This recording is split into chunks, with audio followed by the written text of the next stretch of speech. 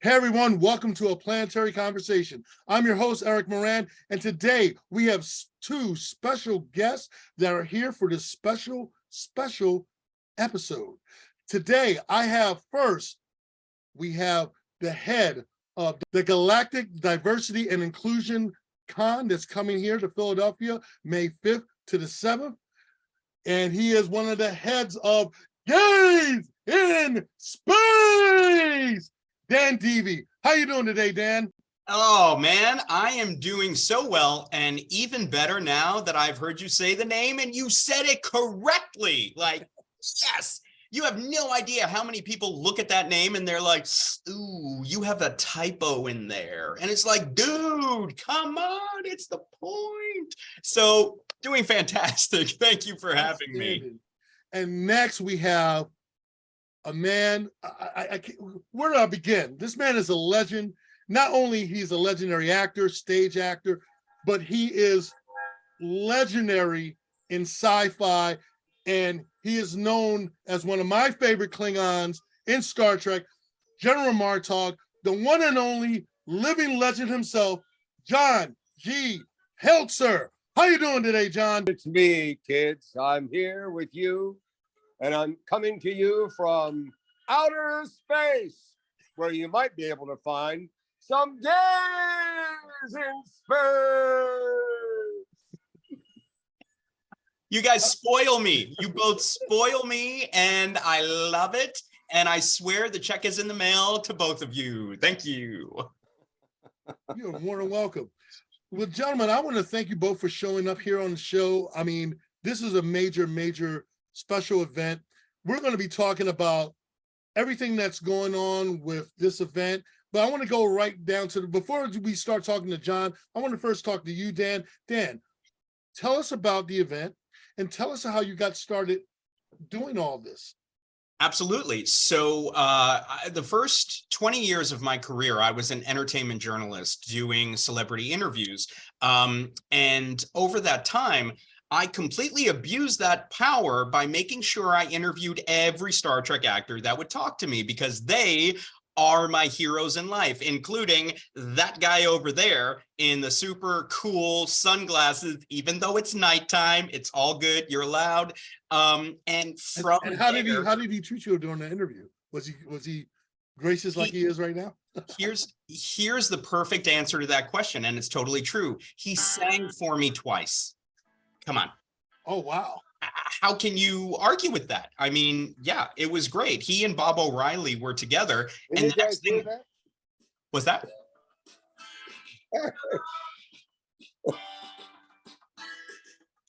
Dan, this is for you.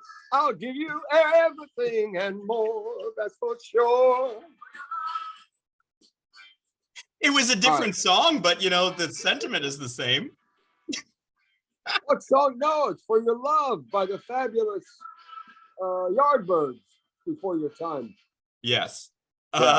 But it was such a great interview. I mean, like I said, they sang the Warriors anthem for me, and they sang the Klingon hip hop song, which JG wrote, which if you have not heard, you're missing out so big that you need to go to our YouTube channel and watch that video, because it was, first of all, my reaction to the fact, because at first, Bob O'Reilly called it a Klingon rap.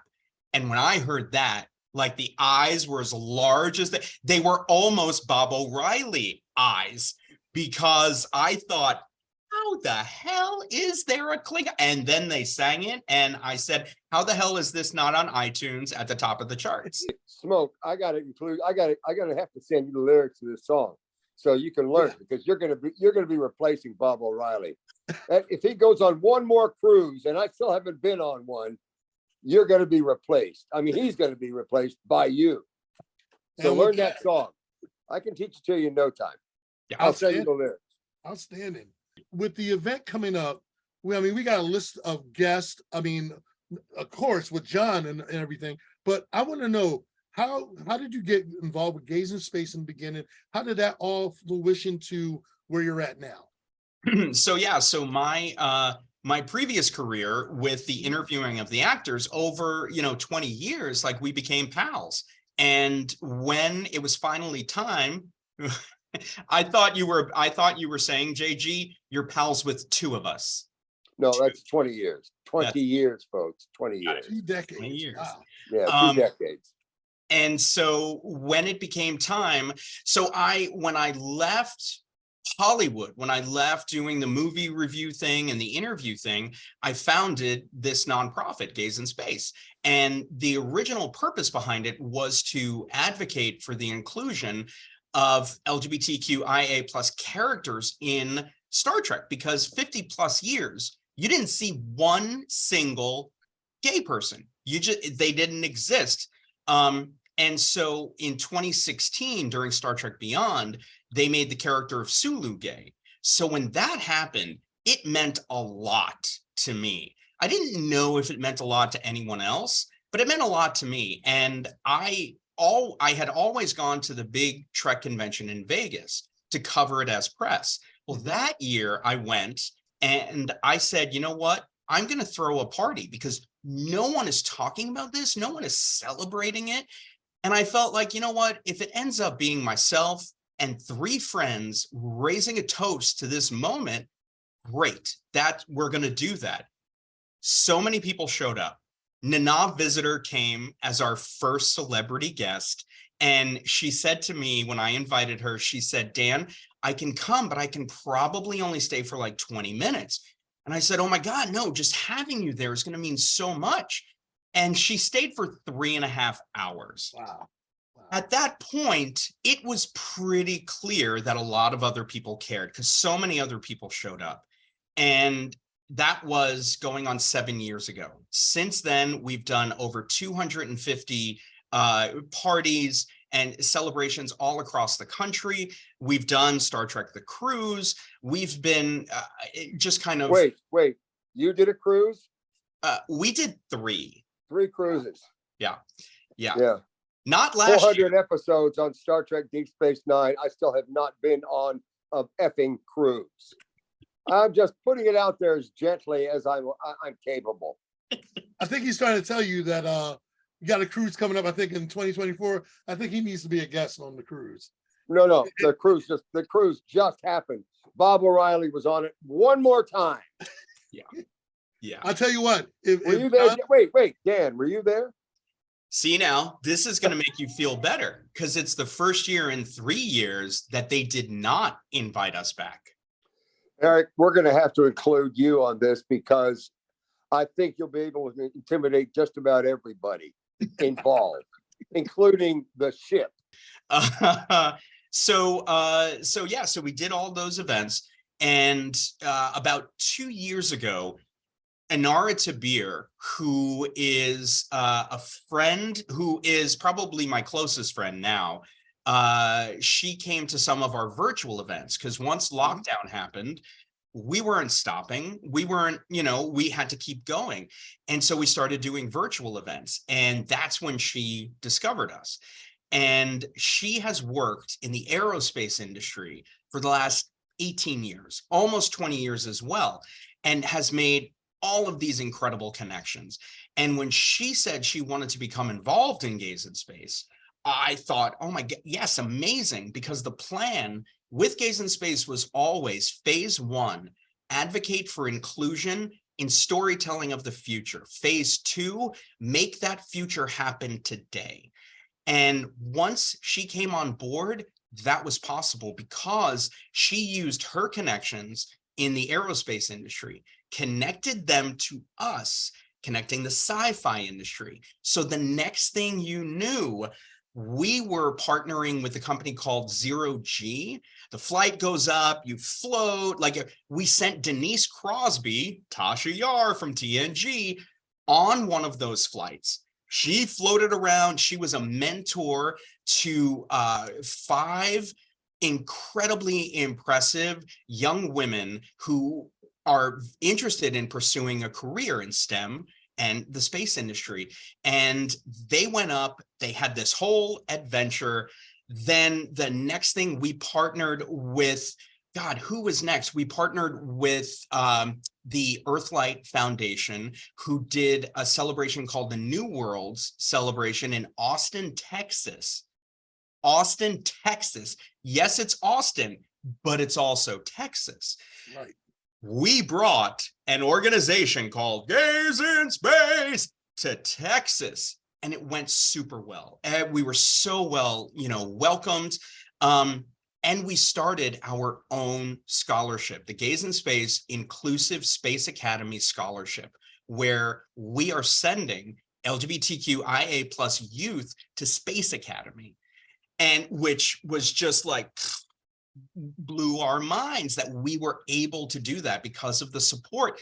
Also, one of the Gays and Spacers who met us because of the virtual events, her name is Jane Jorgensen, and Jane said to me, she said, hey, remember that scholarship that you guys had talked about creating? I said, yeah.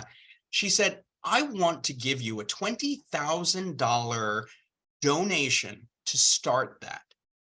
And it, honestly, the most money I've ever seen in my life, and that's what sparked that. From there, God, what was the next thing? We did the National Space Society event in LA. We were just donated a ticket on Worldview's next space flight to raffle off, to raise money for our convention. Worldview is the company that does the hot air balloon, and it's not a hot air balloon. That's what it looks like. And what it does is it pulls up a capsule that the center of the capsule is a bar. The whole thing is a bar lounge with panoramic views. You go up to the highest point of stratosphere and you see the curvature of the Earth, and you're up there for like 8 hours. It is, and there's no loss of gravity. There's no having to like brace yourself for the sonic boom to get you up there. You slowly ascend as you have cocktails and enjoy yourselves. There's Wi-Fi on the damn thing. There's Wi-Fi from space. So you can call your friends while you're up there and show them the curvature of the Earth, that you're in space. So yeah, so that's where we are. That's where we are now. And from there, it was time. I have always wanted to do a convention of my own because, again, over 20 years doing this, I have seen so many. I've been to so many. Right. And I mean, this won't surprise you. Every time I went, I was basically walking around with a mental clipboard saying, that's not the way. Ooh, why would you do that? Oh, God, if you only. So now this is my opportunity to give that experience to a lot of other people who are going to say the same thing to me. But we've done this because it was time, the amount of support that we have the support of Seth MacFarlane. Okay. To have Seth MacFarlane on our side. And we've done events with the Orville cast. We did a special screening event in New York of the Topa episodes, which, Eric, your audience will know, they were to date the most honest, the most insightful, heartbreaking, and yet beautiful ways to convey the experience of the trans members of our community. And when we saw those, I said, we have to do something. We have to. This is so important that everyone needs to see it, not simply allies. Right. Everyone needs to see it because the episodes, as you know, explored the experience, the life experience from the perspective of all people around, of the approving parent, of the disapproving parent, of the trying not to overstep boundaries, protective aunt, basically. Right. Just every perspective you could see, whoever you are, whatever you are, whatever your beliefs are, your experience is represented in these episodes. So we did this big on the big screen at the 42nd Street Empire Theater in New York, the center of Manhattan. We did this big screening, and then we did a party. Penny Johnson Gerald, Dr. Finn was there, Mark Jackson, Isaac was there, Chad L. Coleman, Clyden was there, and Imani Pullum, who played Topa, was here. And she was phenomenal. She was phenomenal. So incredible. And Seth did a Zoom interview. I did a Zoom interview with him, and he recorded an intro for the screening and welcomed everyone and talked about it. I'm gonna have to interrupt here. Now, I gotta ask you, which Days in Space party in Vegas was it that the first one that Aaron, the much beloved Aaron Eisenberg, and myself attended, along with Nana? That was 2017. No. And that was the first big one. The 2016 one, again, was I didn't know if anybody was going to come. And then after they did, I thought, okay, next year I got to up my game. And that was the year that, yeah, you came, Aaron came, Nana, Picardo, Robbie Duncan McNeil. Right. And we had the big stage. It was a big gay club. We all had a big gay time. And that was the first Gays in Space party that all the others to follow kind of took the cue from. Everything else I forgot. If you remember, we presented you, sir, with the very first rainbow batleth at that event. Oh, you presented that to me. Yes. And I promptly raffled it off for what, $1,000 or something like that. Something like that. We made you some money, dude. Yeah. And what was even more priceless was when I handed it to you on stage, your immediate reply was, "It truly is a gay blade." Brought the house down. Brought the house down.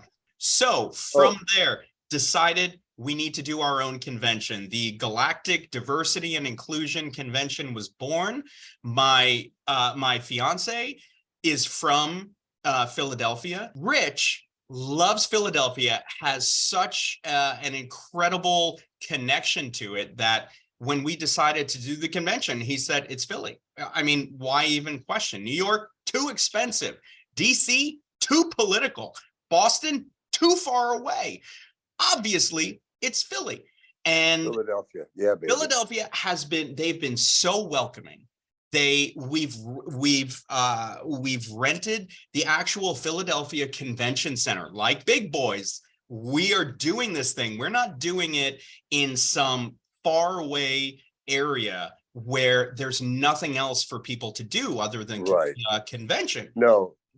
Yet, which is what conventions with actual money and funding do, because let's be honest, that's what's important to them. Good for power. Power and money for latinum out the ass, if I may say that. We're the opposite. You know, we're not here to make money. We're here to make a difference. That is no money. Got it. So we are in the center of downtown Philadelphia. Okay. So if you're a fan and you would like to come to the event, but your spouse isn't so much, now you both take the trip. Your spouse goes to see the broken bell, which for some reason is your symbol. It's broken. Why have a broken symbol? Yeah. But whatever. They can go do that. You come to us, you enjoy the convention experience. And at the end of the day, you both have an amazing weekend, and you will be at what I think is going to be a truly industry disrupting event, because we are, once again, we're not here to make money. We are here to give fans the best experience they can possibly have. We want to go back to the days of the launching of conventions. Absolutely. Right? And we are doing unique things that have never been done before. at conventions. And this man, my friends, is spearheading those events. We're calling them actor away missions.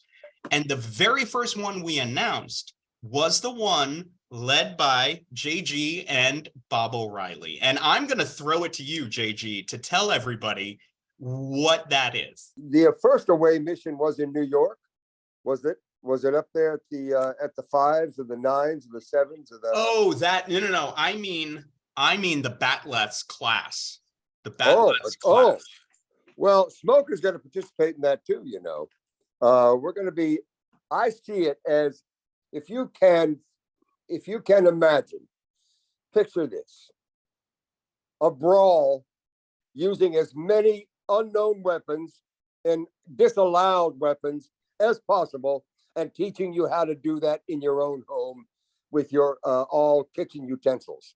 That's basically what it is. We're hoping that people will not actually die during the event, but we can't promise that. What? Why in the world did I throw it to you? Why did you throw it to me? Why did you throw it to me? There will be, I hope, if I still look like this, I hope you will have a wall of Velcro that I can hurl myself onto, a la Mr. Letterman, a tribute to the great man himself. But so the actual event is called, it's called Batleths for Beginners.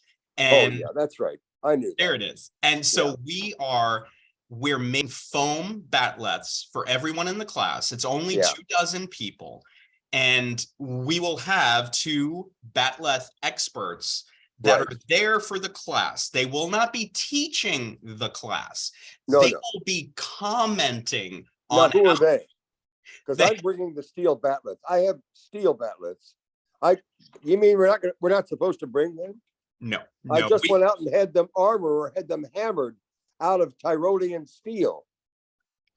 Really? All right. Well, let me make a quick phone call. Put a hold on those Batleths, guys. They're very expensive. All right. So I'm sorry, Dan. Continue. So the class is learn how to. It's a stage combat class. So no one will be injured. No one will be injured. So that's an example. We also have Mama Nana getting to know you, which is a fireside chat with Nana Visitor and unlimited cocktails. That's one. Whoa. Yeah. Whoa. Immediately before the event, immediately during the event, and immediately after the event. Yep. It will be alcoholic and non-alcoholic beverages available. Okay. JG's event, we will have literally barrels of, yours begins at 10 a.m. So they will be barrels of virgin blood wine. Yeah. Oh, that's great. Okay. Yeah. But so we've got those. We've got Garrett Wong is going to be teaching people how to play craps. And it's called Going All In with Ensign Kim, because Ensign Kim may be the forever ensign, but Garrett Wong is the captain of craps. Also at that, 2 bars set up, and we will have Dabo boys, obviously. Oh, Dabo boys. With the, walking around with the cocktails and distributing them. John Billingsley is that could get out of hand. Yeah. Well, that one I'm going to make sure I'm at. Because you better. Yes. I gotta be the pit boss and pay more attention to the Dabo boys than the actual game. You are the Dabo boy. So yes, absolutely. 10 years you have to be there to control. Yeah. Keep things under control. So that gives you a little taste of what the Galactic Diversity and Inclusion Convention, or DNICon, has to offer. That's what we're going to do. And there are more things. Also, very quick, Alexander Siddig, Sid, who plays Dr. Bashir, is Mhm. going to be there, and he will be participating in an event called Can You Best Bashir, a darts tournament. I saw the lineup. I mean, the lineup is phenomenal, covering Phenomenal. all types of sci-fi, dealing with Star Trek, the Orville. One of the greatest guests that we have going to this event, John G. Hertzler. John, I want the fans to know, what inspired you to start acting? Janet Cunningham. I quit football when I was a senior at Bucknell because it occurred to me, and the coaches were very upset. So much was going wrong with this country in those years that I said, John, what am I doing playing college football? I'm having a great deal of fun. I love doing it. But what am I doing with my life? As a senior, I had this thought, and I said, you know what? I'm going to start using my time with something that's worthwhile, really, because I had done it. In my mind, I had already done what I could do. And so I was hanging out, just leaning against a brick wall on campus there. And Janet Cunningham, who is, I'm sure to this day, a beautiful woman, was walking by, and she said, oh, JG. No, I wasn't JG then. I was John. Said, John, what are you doing? And I in my normal high degree of humor, I responded quickly with nothing. And she said, oh, well, listen, are you going to audition for the show? What show? The show in the building that you're leaning on here. Oh, are you in it?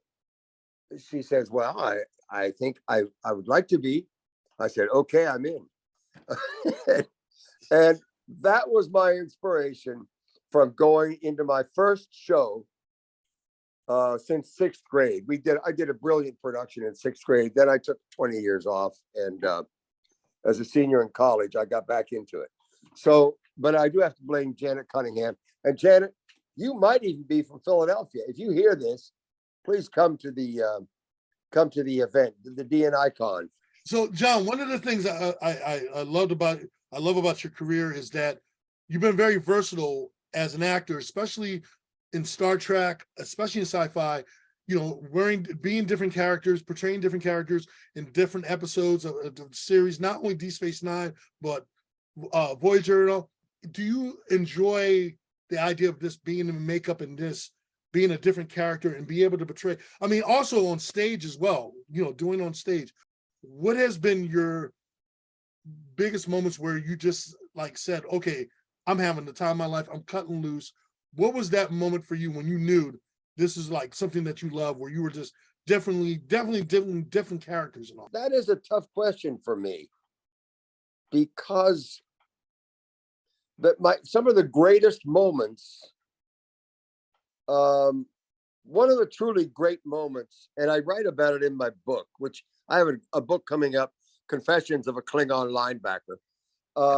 One of the first things I write about is opening night on Broadway at the Circle in the Square Theater, the Bacchae. Okay. I was Irene Pappas played my mother, the great Greek actress Irene Papa is really the Greek pronunciation. But I was. We all went to Sardi's afterwards, and you know, Sardi's. I'd lived in New York for a couple of years at that point, but I'd never been to Sardi's. I never thought I'd ever go to Sardi's. But then I got a Broadway show, and of course, you go to Sardi's on opening night. You go there because you get the reviews out first, and but there's a whole gaggle of people that go to Sardi's because everybody knows people. Everybody knows people. I had a tap on my shoulder as I was sitting in one of those red vinyl shiny booths from 1938. And there's a tap on my shoulder. I look up, and it's this white-haired, incredibly handsome man, white hair, crag-riven face, with a voice that was like this. And he says, splendid work, young man. Splendid work. And I finally registered, oh my God, it's Maestro Leonard Bernstein talking to me. And and I was like,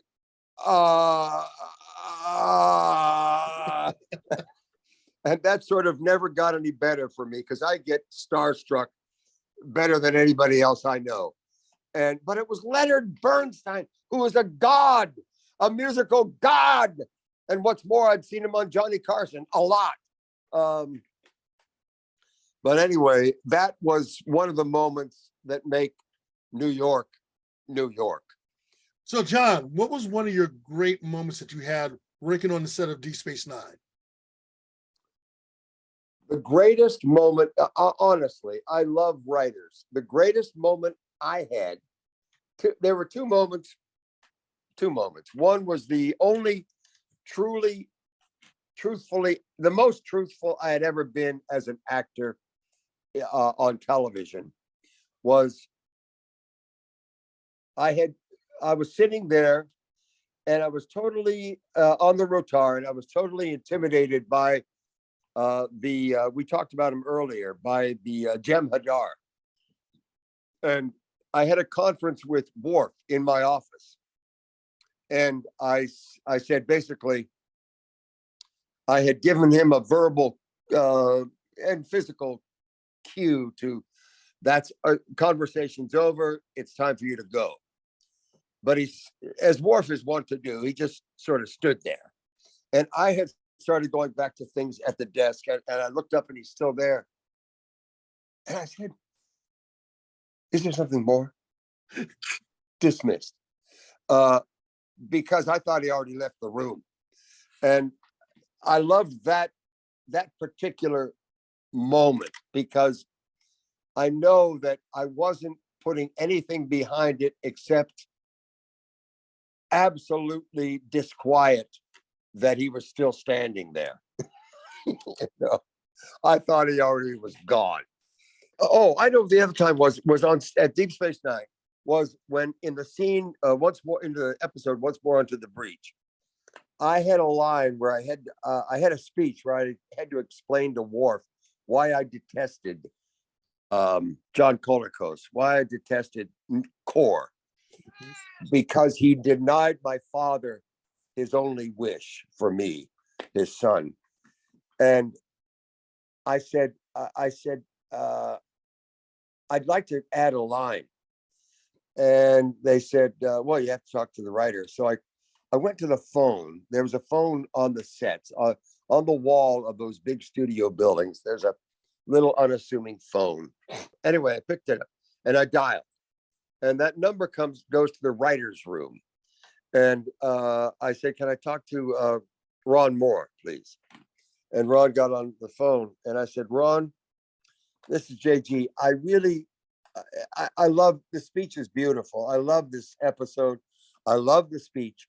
I'd like to add a line at the end that brings it all around to me. And I said, Ron, I'd like to say, add the line, unfortunately, my father did not live to see that day.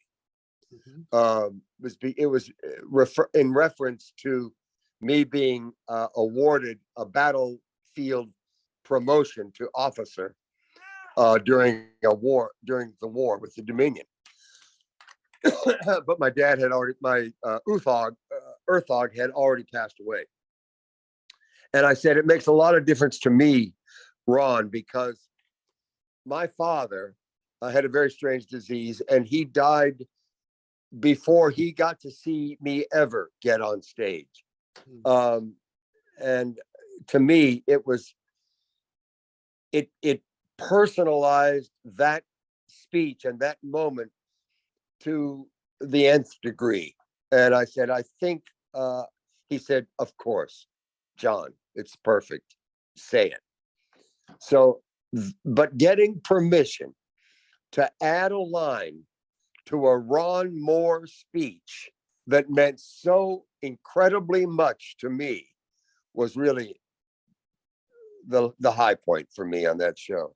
I was also happy to see you also returned, and they had you on Lower Decks, the voice, with your voice. And of course, doing the whole role-playing game, I was on the floor because I was like, okay, this is when John gets to cut loose. I could tell you had a lot of fun with that. I had tremendous amount of fun. It's one of the best lines I've ever had to say was the guy says, well, I said, unfortunately, you can't go to Silvercore because you committed suicide.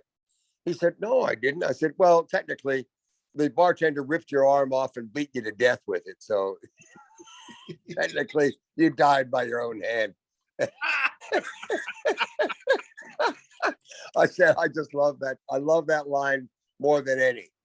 So, Dan, with all these great guests that you got coming, one of the things that a lot of the audience knows and notice that we have a large amount of Orville actors, cast members that are going to be at the DNI event. So I want to say thank you for bringing all those great guests together and everything else. Will they be having also special events? Okay, so I would like to show you in the audience right now how much I love and Gaze in Space loves the Orville. Are you ready to see this? I'm ready. This is how much I and Gaze in Space love the Orville, because we have gayified it, as we try to do to everything and everyone. Not that we're trying to recruit or indoctrinate. We are just trying to show the LGBTQIA pluses community support of the Orville, and just as, respect to Seth with everything that he has done. And yeah, those episodes with Topa, they're the reason we did this. Our incredible costumer, Alan Burkowski, who used to be a costumer on Broadway, he, as gay as the day is long, but also a massive Star Trek and sci-fi fan.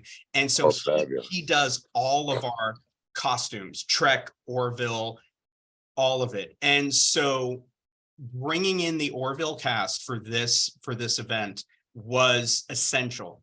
It was essential to doing this. And in fact, I'm going to tease you again. We have more coming to our guest list. Wow. Because we are going to be doing, okay, so Mark Jackson, who plays Isaac, his actor away mission is called Choreographing the Kalon, a choreography and scene study class. We are printing, actually, that's why we have the new 3D printer. Rich is 3D printing Isaac helmets for 24 people who are going to do this class. Wow. And Mark Jackson is going to teach them how to properly move as a Kalon in unison, the way that they did at the wedding, in unison. Someone, and I'm not sure who it's going to be yet, will be writing a new scene for the Orville featuring a bunch of Kalon. And at the end of the class, we will video them doing the scene, and they will all in unison walk around and do the Kalon thing. And then at the end, Mark will sign the masks and the helmets and all of that. And that is just one of the huge away missions we're planning. That's amazing. That's huge, man. Wow. If you didn't have a reason more than ever to come to the DNI event, you're going to have a star-studded sci-fi event. What more could you ask for? So for those people, especially the Orville fans out there that are watching right now, if you don't know by now, this is the time for you to go get your tickets. What is the site for people to go on and everything else? Where the site should they go to?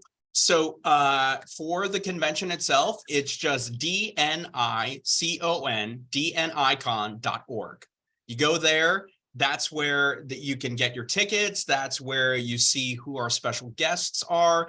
That's where you will see specifically which days the guests will be appearing, and also the various away missions. Now, I must tell you that JG's away mission, Batlets for Beginners, sold out in about 4 days, 5 days. So this year, unfortunately, you can't do that one, but we have yet to announce marks. So that should be, well, as of filming right now, we have yet to announce marks. And we're still in the planning stages for Penny, Chad, and Peter, which, yeah, we have Bortus and Clyden together, plus plus Penny. One of the very special things we're going to be doing is we are going to be screening the Topa episodes, followed by a panel specifically to address that issue and talk about those episodes. Dan, this is huge. I hope you're ready for it. This is huge. And also, speaking of costumes, we're going to have cosplay contests as well. And also, can I throw this in too? We're looking to do something that's never been done before at a con. We have so many different themes of sci-fi and everything else. We're going to have a special photo shoot. We're going to call it the Inclusion Cosplay Sci-Fi Photo Shoot. And anyone that's in sci-fi uniform, costume, makeup, what have you, we're going to do a major shoot at this event for all those cosplayers that want to get involved. This is a chance to be legendary at this event because it's going to be the first of its kind. And what's super important about that, I think, Eric, and you tell me, but in previous events, previous conventions, fans would organize that. They would get together, they would have a photographer there. D&I Con appreciates the cosplay community so much. I mean, let's face it, people like this guy right here, the guy in the hat, amazing. Having them there is so incredible.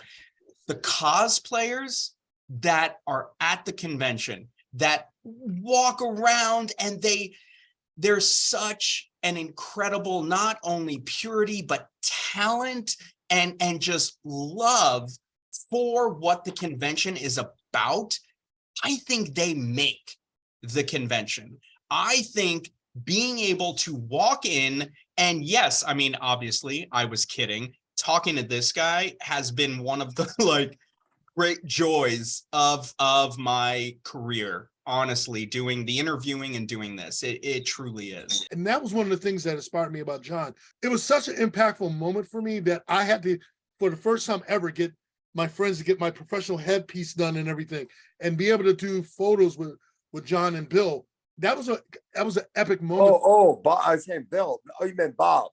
Bob. We all make that mistake, Eric. I've been calling him Bill for like the last 7 years, And you wonder why he doesn't invite you to join him for stuff. Exactly. Call him by his proper name. But I'm not going to do that.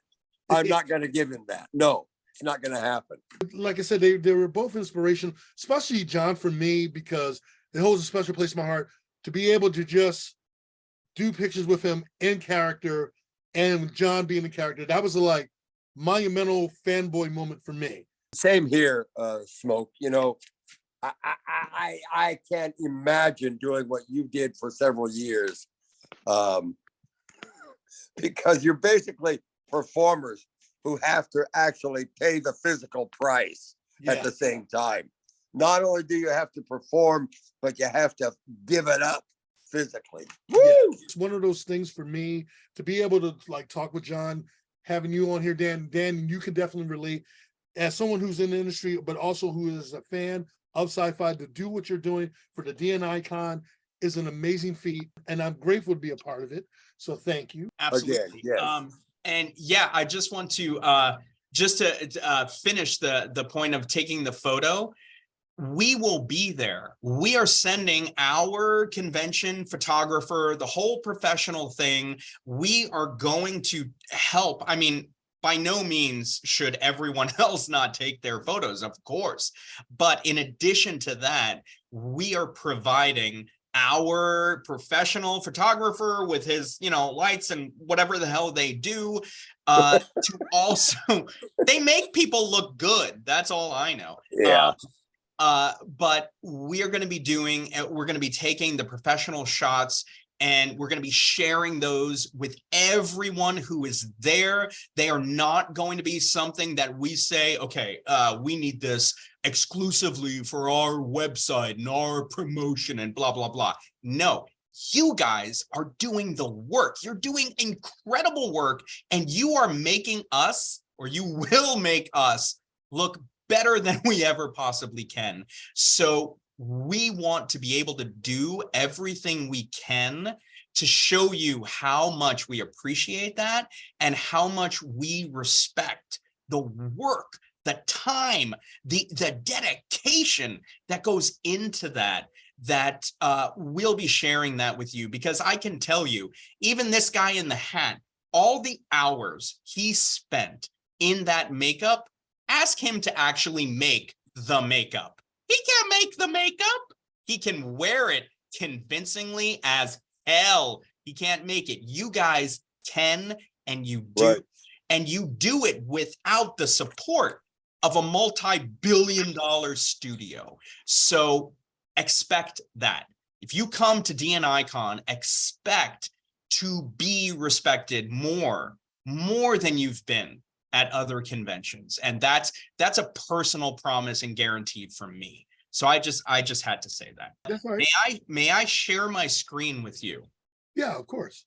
So I met this person last year during an event, and I had two feelings. The first was, holy crap, yes. The second feeling was, whoo, yeah, some people are going to be pissed about this. And here it is. Now, are we seeing the Klingon in an Orville uniform? That's incredible. JG, what do you think, my friend? Does this give you joy or a little happiness that you have those batlets on order? Yeah, I love the idea of the batlets on order. I love the Orville uniform. How can I get one? John, we were going to be talking about that because I got to get your measurements. All right, we'll talk. So I just had to share that. I had to share that, especially, Eric, with your audience that loves both. And when I saw that come together, if I'm at an event, I don't stop people and say, hey, can I take a photo with you? Because I'm generally out of my mind running. Oh, you're going to be out of your mind completely, Dan. This is huge.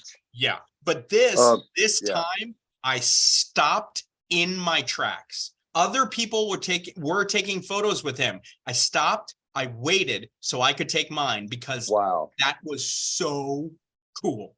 So cool. Yeah. So Dan, you've been kind of throwing some hints both to me and John behind the scenes, and I want to try to see if I can get exclusive. Can you tell us who's this special guest that you're going to get? Only because it's you, Eric, and JG. And the only reason, Eric, that I know you is because JG gave me a call and he was like, Dan, this guy, trust me, this guy. And he never disappoints. So I trust him more than anybody else. So I'm super grateful that he did, because you're incredible. And I'm so happy that you're involved. So because it's you and because it's JG, yes. Lieutenant Commander Jadzia Dax, Terry Farrell is coming to the convention. Fabulous. Oh, nice. Fabulous. So just imagine this. Just imagine this. Colonel Kira, Dr. Bashir, Commander Dax, Chancellor Martok, Chancellor Gowron, all at our convention. Oh, that's fabulous, man. But yeah, Jadzia. God love Jadzia. Both those ladies. Woo! Yes. So just for you guys, and great. We're working on her actor away mission. I tend to think, I have an inkling that she will crash the Batlets for Beginners class. Well, she would kick the ass of anybody up there. Yeah. Right. She is badass, man. I'm telling you. Look out, Eric. Yeah. Dan, before you get ready to go, I want you to be able to tell everyone where they can get tickets and where they can find updates and everything else under the sun. Absolutely. Please go to dnicon.org. So that's dnicon.org. That's the event's main website. You can go there for all the information. And also, please follow us on our social media. We are at